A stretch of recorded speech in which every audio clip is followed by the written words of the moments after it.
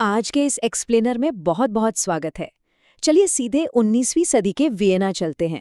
उस समय चिकित्सा विज्ञान का पूरा फोकस सिर्फ शरीर की उन बीमारियों पर था जिन्हें देखा जा सकता था।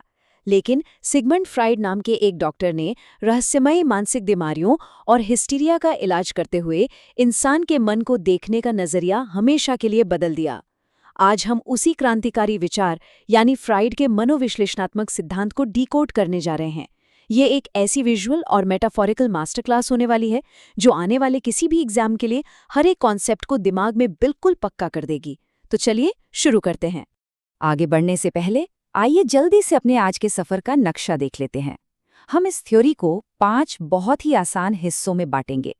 सिद्धांत के 2 मुख्य स्तंभ, मन का आइसबर्ग मॉडल, व्यक्तित्व की अंदरूनी जंग, विकास की 5 अवस्थाएं और आखिर में कुछ जरूरी एग्जाम बूस्टर्स। तो सबसे पहले बात करते हैं सेक्शन 1 की, 2 मुख्य स्तंभ यानी इस सिद्धांत की नींव। फ्राइड ने अपने मरीजों को डायग्नोज करने के लिए जो पूरा फ्रेमवर्क तैयार किया था वो मुख्य रूप से 2 बहुत ही सॉलिड पिलर्स पर टिका हुआ है। पहला है टोपोग्राफिकल मॉडल यानी मन के 3 स्तर। आसान भाषा में कहें तो ये बताता है कि मन के अंदर चीजें आखिर कहाँ हो रही हैं। और दूसरा है स्ट्रक्चरल मॉडल यानी व्यक्तित्व के 3 भाग, जो हमें ये समझाता है कि इन चीजों को कौन अंजाम दे रहा है। मनोविज्ञान के इतिहास में किसी भी मानसिक समस्या के बिल्कुल जड़ तक पहुंचने के लिए इन दोनों मॉडल्स का बनना एक बहुत बड़ा डायग्नोस्टिक मील का पत्थर साबित हुआ। चलिए अब आगे बढ़ते हैं सेक्शन 2 की तरफ, मन का आइसबर्ग मॉडल, सतह के ठीक नीचे। टोपोग्राफिकल मॉडल को समझने के लिए जरा सोचिए कि हमारा मन पानी में तैरते हुए एक विशाल हिमखंड या आइसबर्ग की तरह है। यह एनालॉजी सच में कमाल की है। इसमें चेतन मन या कॉन्शियस माइंड उस आइसबर्ग का बस वो छोटा सा हिस्सा है जो हमें पानी के ऊपर दिखाई देता है। अर्धचेतन यानी प्री कॉन्शियस माइंड ठीक पानी की सतह पर है और अचेतन मन यानी अनकॉन्शियस माइंड पानी के बहुत नीचे गहरी परतों में छिपा हुआ एक विशाल हिस्सा है। और यहीं पर आता है सबसे हैरान करने वाला आंकड़ा, पूरे 90%। जी हाँ, फ्रॉइड का मानना था कि हमारे मन का 90% हिस्सा पूरी तरह से अचेतन है।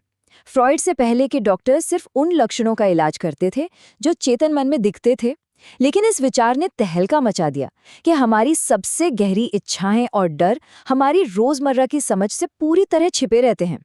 यही वो 90% हिस्सा था जो उन रहस्यमयी बीमारियों की असली वजह था जिन्हें फ्रॉइड ठीक करने की कोशिश कर रहे थे। एग्जाम के लिए इन परिभाषाओं को हमेशा के लिए लॉक करने के लिए बस इन रोजमर्रा के एग्जाम्पल्स को याद रखिए। चेतन मन का मतलब है अभी के विचार, जैसे ठीक इस समय इस एक्सप्लेनर को सुनना और समझना। अर्धचेतन मन वो है जिसे याद करने के लिए बस थोड़ा सा जोर डालना पड़े, जैसे अपना फोन नंबर याद करना। और अचेतन मन वो बचपन का कोई भूला हुआ डर है जो बैकग्राउंड में किसी भूत की तरह खामोशी से अपना काम कर रहा है। अब हम आते हैं सेक्शन 3 पर, व्यक्तित्व की अंदरूनी जंग, इड, ईगो और सुपर ईगो। यहीं से हमारा दूसरा पिलर यानी स्ट्रक्चरल मॉडल शुरू होता है। ये हमारे व्यक्तित्व को सचमुच एक जंग के मैदान की तरह दिखाता है। इस मैदान में इंसान का ईगो या अहम बीच में फंसा हुआ है, जिसे एक तरफ शैतानी इड अपनी तरफ खींच रहा है तो दूसरी तरफ फरिश्ते जैसा सुपर ईगो अपनी ओर। सच मानिए, हमारे दिमाग में हर रोज इन तीनों के बीच एक जबरदस्त ड्रामा चलता है। तो सबसे पहले इस इड से मिलते हैं। ये पूरी तरह से सुखवादी सिद्धांत या प्लेजर प्रिंसिपल पर काम करता है।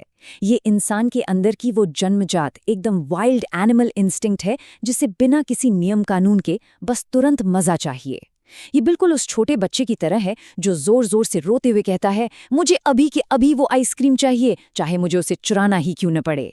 और तभी इस ड्रामे को संभालने के लिए एंट्री होती है ईगो की। ईगो एक बहुत ही समझदार और संतुलित पुलिस ऑफिसर की तरह है। एग्जाम के लिए याद रखिएगा, ये वास्तविकता सिद्धांत या रियलिटी प्रिंसिपल पर काम करता है। ईगो इस पूरी गड़बड़ी को ये कहकर शांत करता है कि ठीक है, हमें आइसक्रीम खानी है, लेकिन हम चोरी बिल्कुल नहीं करेंगे। हम वास्तविकता को समझेंगे और पैसे देकर इसे खरीदेंगे। और आखिर में आता है सुपर ईगो, जो इंसान के विकास में सबसे लास्ट में डेवलप होता है। ये नैतिकता सिद्धांत या मोरालिटी प्रिंसिपल पर एक बेहद सख्त और उसूलों वाले जज की तरह काम करता है। ये हमेशा परफेक्शन की बात करता है और कहता है, आइसक्रीम खाना तो सेहत के लिए बहुत बुरा है और ये हमारे आदर्शों के बिल्कुल खिलाफ है। दिलचस्प बात यह है कि फ्रॉइड के मुताबिक जब यही सुपर ईगो बहुत ज़्यादा हावी हो जाता है तब इंसान एंग्जाइटी या तनाव का शिकार होने लगता है। डायग्नोसिस के नज़रिए से उस समय ये एक बहुत बड़ी खोज थी। इन तीनों को एक साथ समझना हो तो ये कंपैरिजन चार्ट एकदम सोने की खदान है। बस इतना याद रखिए, इड का सारा फोकस प्लेजर यानी सुख पर है, ईगो का काम रियलिटी के साथ बैलेंस बनाना है, और सुपर ईगो पूरी तरह से मोरालिटी यानी नैतिकता पर टिका हुआ है। एक हेल्दी इंसान वही है जिसमें इन तीनों का परफेक्ट बैलेंस हो। चलिए अब बढ़ते हैं सेक्शन 4 की तरफ, विकास की 5 अवस्थाएं यानी बचपन से बड़े होने का सफर। फ्रॉइड ने इंसान के विकास को 5 अलग-अलग मनोवैज्ञानिक और लैंगिक अवस्थाओं में बांटा। ये सफर जन्म के समय ओरल अवस्था से शुरू होता है, फिर एनल, फैलिक और लेटेंसी से होते हुए 12 साल या उससे आगे की जेनिटल अवस्था तक जाता है। फ्रॉइड का ये मानना था कि अगर कोई भी व्यक्ति अपने विकास के दौरान इनमें से किसी भी स्टेज पर अटक जाए, जिसे उन्होंने फिक्सेशन कहा, तो बड़े होने पर उसकी पर्सनालिटी में कुछ खास तरह की कमियां आ जाती हैं। बीमारियों को समझने के लिए ये भी एक बहुत बड़ा माइलस्टोन था। अब एग्जाम में इनका सही क्रम याद रखना बहुत ज़रूरी है। इसके लिए एक बहुत ही मज़ेदार और सिंपल सी निमोनिक ट्रिक है। बस दिमाग में ये लाइन बिठा लीजिए, ओ ए फल ला जी। हाँ, बिल्कुल सही सुना, ओ ए फल ला जी। ये छोटी सी trick oral, anal, phallic, latency और जेनिटल अवस्थाओं को बिल्कुल सही सीक्वेंस में आपके दिमाग में लॉक कर देगी। इसके बाद एग्जाम में कोई कंफ्यूजन नहीं होगा। और अब हम आ गए हैं अपने आखिरी सेक्शन यानी फाइनल एग्जाम बूस्टर्स पर। इस पूरे एक्सप्लेनर को समेटते हुए आइए उन 3 सबसे अहम बातों को रिवाइज कर लें जिन्होंने 20वीं सदी के मनोविज्ञान की दुनिया हिला दी थी। पहला, हमारा मन एक आइसबर्ग है जो 10% चेतन और 90% अचेतन में बंटा है। दूसरा, ईगो हमेशा इड और सुपर ईगो के बीच एक समझदार रेफरी का काम करता है।